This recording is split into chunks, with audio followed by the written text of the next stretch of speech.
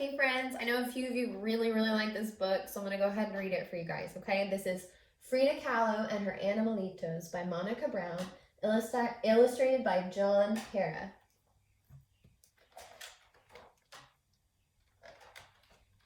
This is the story of a little girl named Frida, who grew up to be one of the most famous painters of all time. Frida was special. This is also the story of 2 monkeys, a parrot, 3 dogs, 2 turkeys, an eagle, a black cat, and a fawn. They were Frida's pets, and they were special too. Frida had a parrot named Bonito. Like her parrot, Frida was colorful. She liked to wear bold shades that celebrated indigenous Mexico and her own heritage. She lived in a house the color of a parrot's bright blue feather, La Casa Azul, where she grew up with her mom, dad, and sisters. Frida had a pet fawn named Granizzo. Like her fawn, Frida had watchful, beautiful eyes. When Frida closed her eyes, she remembered her life as a little girl. Frida was always with her father, a photographer who taught her to look at the world through curious eyes. Frida and her father would walk to the park to collect bugs to look at under a microscope. Frida's father also taught her how to paint finishing touches on her photographs. Frida loved the small brushes and the beautiful colors. Frida had a cat with black, shiny fur, the same color as her long, dark hair. Like a cat, Frida was playful, but as a child, Frida couldn't always play. When Frida was sick, she got very sick. She was in bed for a long time. But little Frida didn't get sad or bored. Instead, she used her breath to make mist on her window, and then she drew a door with her finger. Frida used her big imagination and curious eyes to walk out the door with a magic friend, a little girl who danced and played like a kitten. Frida was independent like a cat.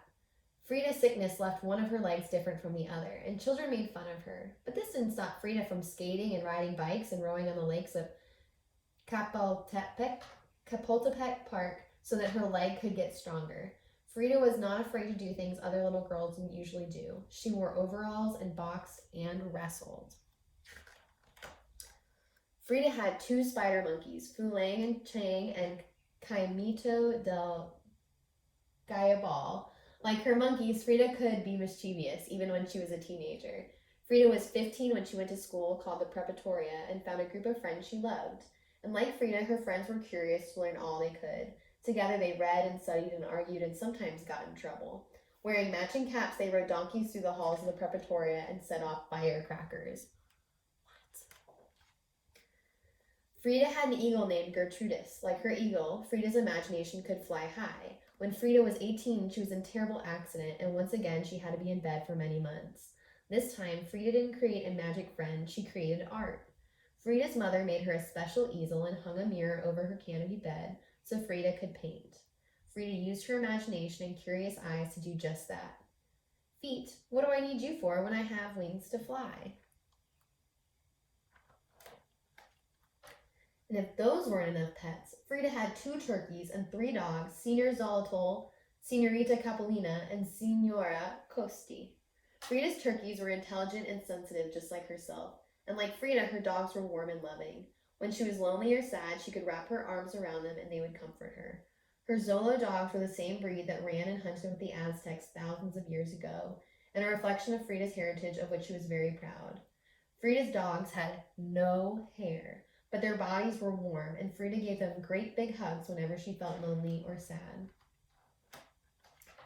Frida's Animalitos were spirited and entertaining just like Frida. When her 2 spider monkeys were being good, Frida would hold them like babies. When they were being mischievous, they would steal socks and fruit and leap through the windows so no one could catch them. Her parrot named Bonita liked to snuggle under the covers while Frida took naps and would do tricks at the dinner table for pats of butter.